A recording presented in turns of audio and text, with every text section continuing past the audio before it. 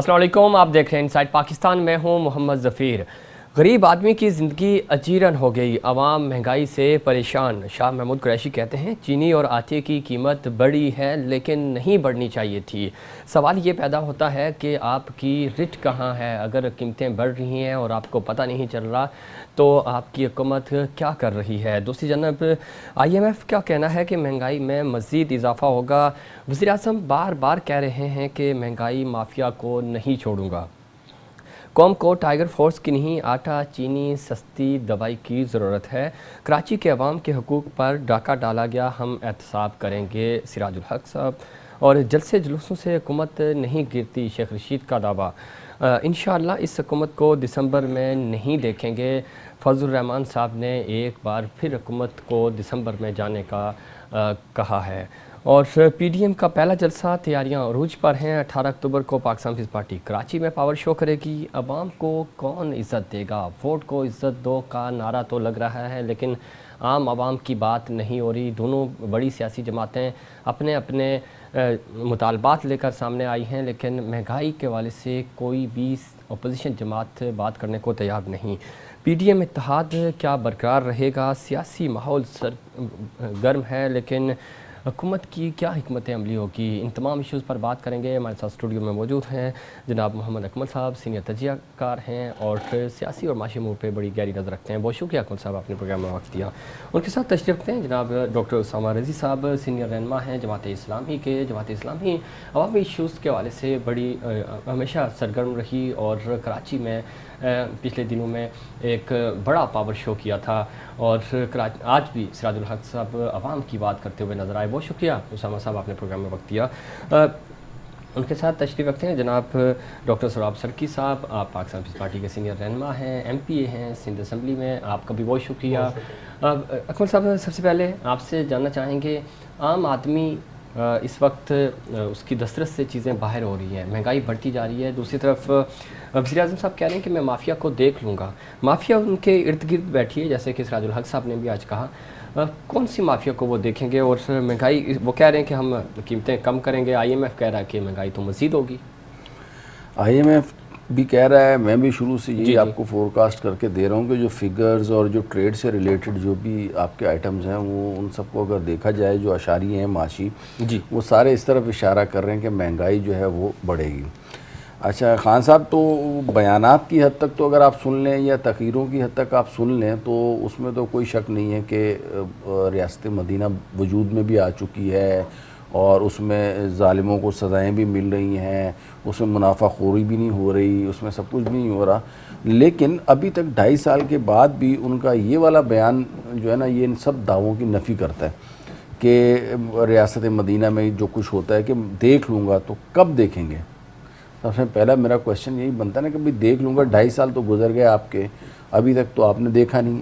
اب نہیں تو کب دیکھیں گے؟ مہنگائی کی اگر آپ بات کریں، مہنگائی نو ڈاؤٹ عروج کے اوپر ہے اس وقت اور عوام کی جو قوت خرید ہے وہ بہت کم ہو چکی ہے.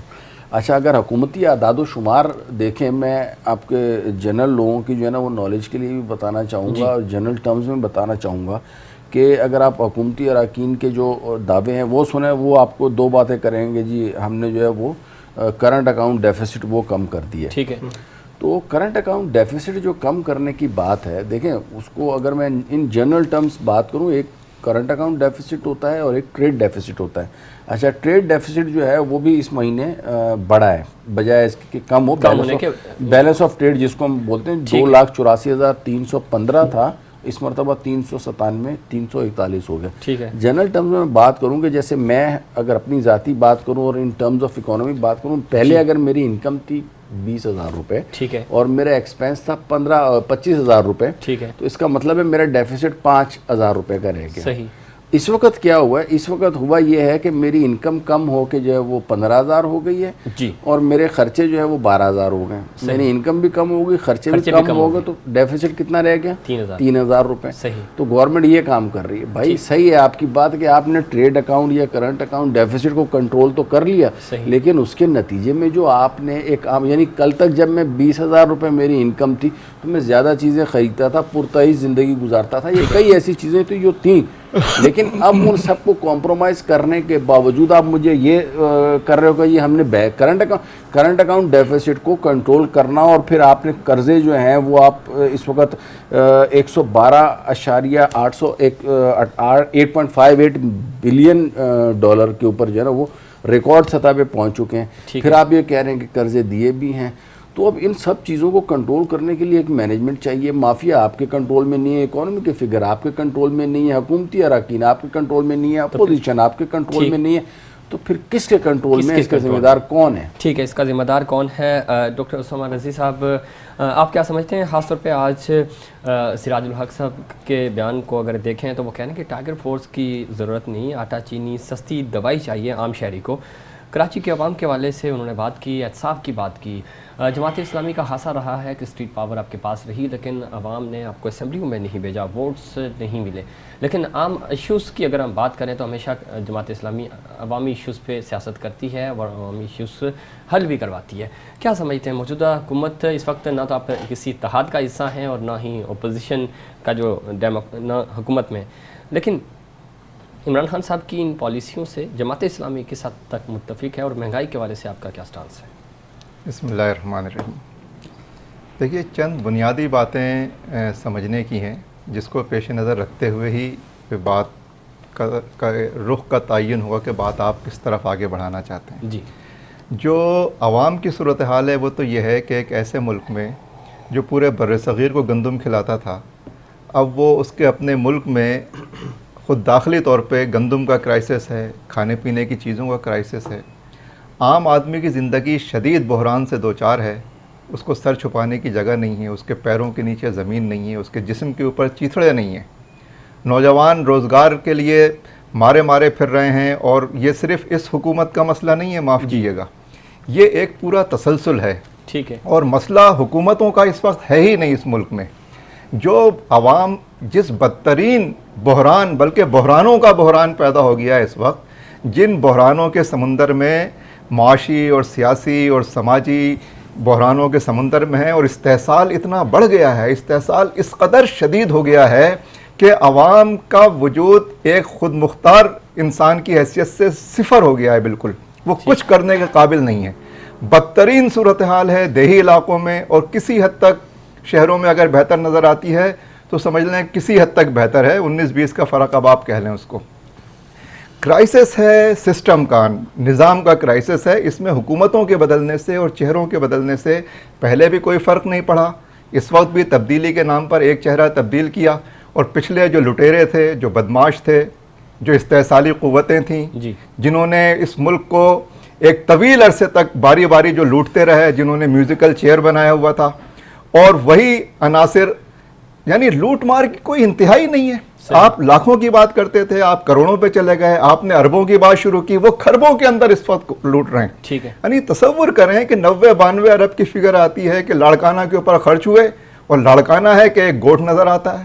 کیا حال ہے وہاں پہ عام انسان کا. ٹھیک ہے. تو کرائسس جو ہے وہ سسٹم کا ہے. سسٹم جب تک ٹھیک نہیں ہوگا، اور سسٹم کا مطلب ٹھیک ہوگا سر؟ سسٹم ہے حکمران طبقے کا مطلب. سسٹم کا مطلب ہے یہ جو کہتے ہیں نا، عمران خان نے بات صحیح کہی کہ مافیاؤں کا ایک تسلط ہے، جو مختلف مافیا ہیں، لیکن ان کو اور نہیں، ان کو اور سچ بولنا چاہیے. میں اسی طرف آ رہا ہوں کہ یہ حکمراں مافیا جو ہے وہ حکمرانوں کی مافیا ہے. ایک حکمراں مافیا جاتی ہے، دوسری حکمراں مافیا آ جاتی ہے. اور یہ ایک عمران خان کا ایک چہرہ جس کو لوگوں نے ذرا بہتر سمجھا اور جس سے امیدیں لگائیں، پتہ چلا اس چہرے کے ساتھ بھی وہی ساری مافیا چاروں طرف بیٹھ گئی. تو عمران خان کے بہتر چہرے ہونے کے باوجود بھی فرق تو کچھ بھی نہیں پڑا. یہ فرق ہے مافیاؤں کے تسلط کا. یہ جاگیرداروں کی مافیا ہے، یہ لٹیروں کی، سرمایہ داروں کی، با اختیار طبقات کی مافیا ہے. جب تک یہ با اختیار طبقے کی مافیا ختم نہیں ہوگی، عوام کے دلدر دور نہیں ہوں گے. ٹھیک ہے. یہ جاگیردار طبقہ جب تک ان کا جو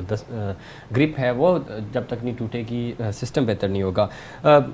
سراب سرکی صاحب، آپ کس طرح دیکھتے ہیں خاص طور پہ اسامہ رضوی صاحب نے جس طرف اشارہ کیا کہ آپ کا لاڑکانہ 90 ارب وہاں پہ لگے اور آج بھی وہ گوڈ کا منظر پیش کر رہا ہے، دوسری طرف آپ پی ڈی ایم کے اتحاد سے 18 اکتوبر کو کراچی میں جلسہ کرنے جا رہے ہیں، 18 اکتوبر جو کہ 2007 میں بی بی جب پاکستان آئی تھی تو کارساز سانیہ کے والے سے بھی بڑا اہمیت رکھتا ہے، آپ کے لوگ شہید ہوئے، کتنا بڑا جلسہ ہوگا اور کیا حکومت کے لیے یہ تھریٹ کال ہوگی یا نہیں؟ دیکھیں پہلی بات یہ ہے کہ اسامہ صاحب نے جو نشاندہی کی، یہ نوٹس ہائی کورٹ سندھ نے بھی لیا تھا. جی ایسا ہی ہے. اب پروپیگنڈا کی بیس پہ اگر مثال منجھے ہوئے سیاستدان جماعت اسلامی کو میں جو ہے وہ ایک منظم تنظیم سمجھتا ہوں، ان کی جو پوری جو ایون جماعت میں جو لوگ ہیں وہ بڑے منجھے ہوئے ہیں اور ان کو مطلب ہر چیز پہ واقعی جو ہے وہ ایک اسٹڈی ہوتی ہے. کیونکہ ہمارا بھی تعلق ہے، میرا بھی پالیٹکس میں خود یہاں کراچی میں ڈی ایم سی میں پڑھا ہوں اور میرے بھی ذاتی تعلقات بھی رہے ہیں. اور یہ صرف پروپیگنڈا کی بنیاد پر اگر اس طرح کی بات اگر کوئی دوسری پارٹی پی ٹی آئی وغیرہ والے کریں تو وہ صحیح ہے، وہ اسے کوئی مطلب کوئی بری بات نہیں ہے. نوٹس لیا گیا صرف پروپیگنڈا کی حد تک یہ چیزیں ہیں. آپ لاڑکانہ میں آپ جائیں، پہلے جو لاڑکانہ کی صورتحال ہوتی تھی وہاں پر آپ صرف روڈ رستے بھی بالکل دیکھیں، اوور ہیڈ پل بھی دیکھیں، اور اس کے ساتھ ساتھ وہاں پر جو ڈیولپمنٹ ہوئی ہے، وہاں پر جو لوگوں کے گھر اور جو لیونگ اسٹینڈرڈ بڑھا ہے، ٹھیک ہے، یونیورسٹیاں قائم ہوئی ہیں مختلف. کتنی کوئی لاڑکانہ میں ایک آدھ یونیورسٹی بتا دیں؟ شہید بے نظیر بھٹو یونیورسٹی ہے، وہ اس 90 ارب روپے سے ہوئی جو کورٹ نے کہا ہے. بالکل اس میں ہی سارے جتنے بھی پیسے ہیں ظاہر ہے پورے ملا کے اس میں تو یہ بھی اگر ہم کہتے ہیں کہ ہم چلتے ہیں 90 ارب روپے جسٹیفائی ہو جائیں گے وہاں لگے، میرے 90 ارب روپے میرے خیال میں ہیں ہی نہیں، کم میں جو مطلب بتائے جاتے ہیں وہ نہیں ہے. لیکن عدالت کہہ رہی ہے یہ تو عدالت نے تو بھائی وہ سارا کیس کلیئر کر دیا ہے. وہی تو میں آپ کو بتانا چاہ رہا ہوں. عدالت میں یہ کیس گیا، عدالت نے پوری اسٹڈی کی اور عدالت نے اس کو ڈسمس کر دیا جو پٹیشن گئی تھی. پہلی بات تو یہ ہے. اب عدالت پہ دوسرے پہ کہتے ہیں کہ عدالت صحیح ہے تو پھر یہ بھی عدالت کی بات ماننی چاہیے. ٹھیک ہے. ہم خود میرا خود جو ہے تعلق جو ہے وہ آپ یوں سمجھیں کہ ایک زمیندار گھرانے سے، جاگیردار تو میں نہیں کہوں گا.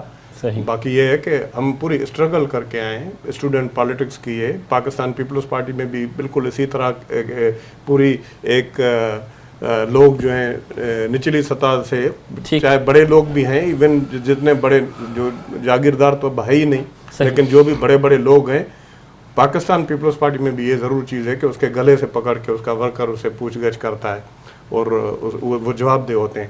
باقی یہ ہے کہ جہاں پر اگر کوئی غلط چیز ہوئی ہو کسی بھی پارٹی کے اندر ہو سکتی ہے، تو ہم نے ہمیشہ یہ کہا ہے کہ اس کا سر 18 اکتوبر کو ابھی آپ نے ریلی نکالی تھی پچھلے ہفتے، اس میں تو لوگ نہیں نکلے تھے. 18 اکتوبر کو اندرون سندھ سے آئیں گے لوگ. بات یہ ہے کہ میں تو یہ آپ جب دیکھیں گے پہلے اس پہ کوئی تبصرہ کرنا کوئی وہ نہیں ہے.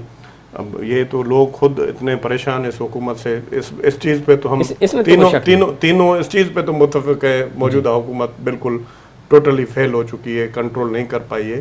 جیسی بھی تھی، ڈاکو تھے، چور تھے، لوگ کہتے تھے کہ یہ صحیح نہیں ہے، ابھی بھی لوگ کہتے ہیں. لیکن یہ ہے کہ انہوں نے کوئی لوگوں کو ایک سانس لینے کا ضرور ان کو لوگوں کو پاس موقع تھا اور وہ کھانے پینے کی چیزیں کنٹرول میں تھی. اب تو بالکل میں اسامہ صاحب سے بالکل 100% ایگری کرتا ہوں کہ بہت ہی بری حالت ہے. ٹھیک ہے. اور ہمارے بھائی ہیں اکمل صاحب نے بھی یہ آپ کو بتایا. باقی یہ ہے کہ آپ یہ ضرور بالکل آپ صحیح کہہ رہے ہیں. یہ جب 18 اکتوبر آئے گا اس دن آپ دیکھ لیں گے کہ کتنے لوگ نکل رہے ہیں اور ہمیں بھی اندازہ ہوگا کہ لوگ کتنی نفرت کرتے ہیں اس حکومت سے. ٹھیک ہے، ہمیں بھی اس چیز چلے وقت بتائے گا، 18 اکتوبر بتائے گا. اور جو پرسوں جلسہ ہونے جا رہا ہے اس میں بھی پتہ چلے گا کہ پنجاب کے عوام کہاں کھڑے ہیں اور کیا وہ حکومت کے ساتھ ہوں گے یا اپوزیشن کے ساتھ.